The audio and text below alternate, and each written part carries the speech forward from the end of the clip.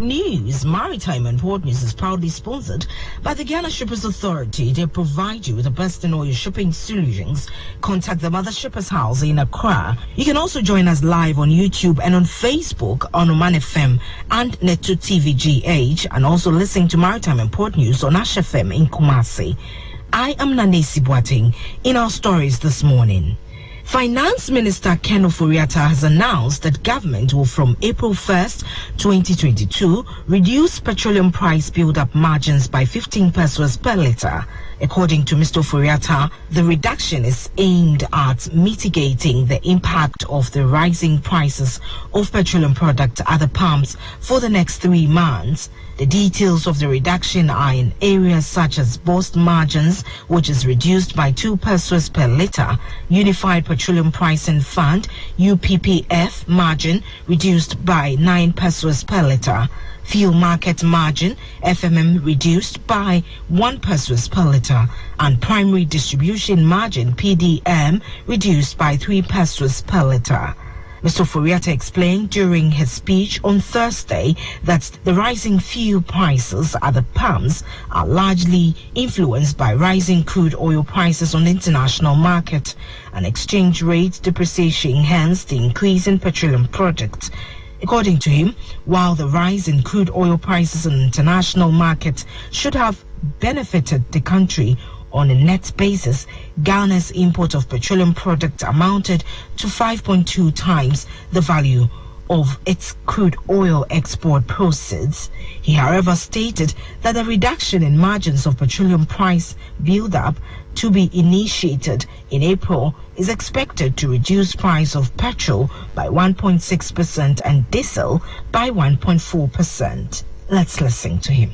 Fuel price mitigation measures. The rising prices of fuel at the pumps is influenced largely by the rising crude oil price on the international market and the exchange rate depreciation. Though the rise in crude oil prices should have been to our benefit on net basis, Ghana's import of petroleum products amounts to 5.2 times the value of proceeds from its crude oil exports. In 2021, for example, we exported $3.947 billion of crude, of which Ghana's portion was $513 million.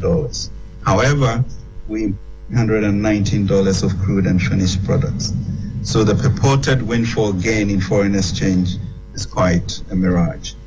From January to date, the average export price of diesel and petrol have increased by 57% and 45% respectively.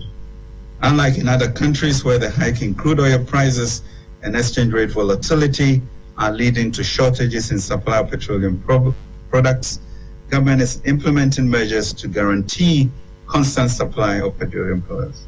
To mitigate the impact of the rising price of petroleum products at the pump for the next 3 months, government has decided to reduce margins in petroleum price build-up by a total of 15 pesos per litre, Unified Petroleum Pricing Fund margin reduced by 9 pesos per litre, fuel margin reduced by 1 peso per litre, primary distribution margin reduced by 3 pesos per litre. You heard Ghana's Finance Minister Ken Ofori-Atta. In other stories, a Maersk-operated container ship lost around 90 containers in heavy weather this week during an eastbound voyage in the North Pacific Ocean. The company said some of the containers lost overboard contained dangerous goods such as lithium batteries. About another 100 containers are collapsed or damaged on deck. The cargo loss on board the MV Dairos took place approximately 1,200 nautical miles from Japan as the ship was traveling from Lietian, China to Seattle, Washington.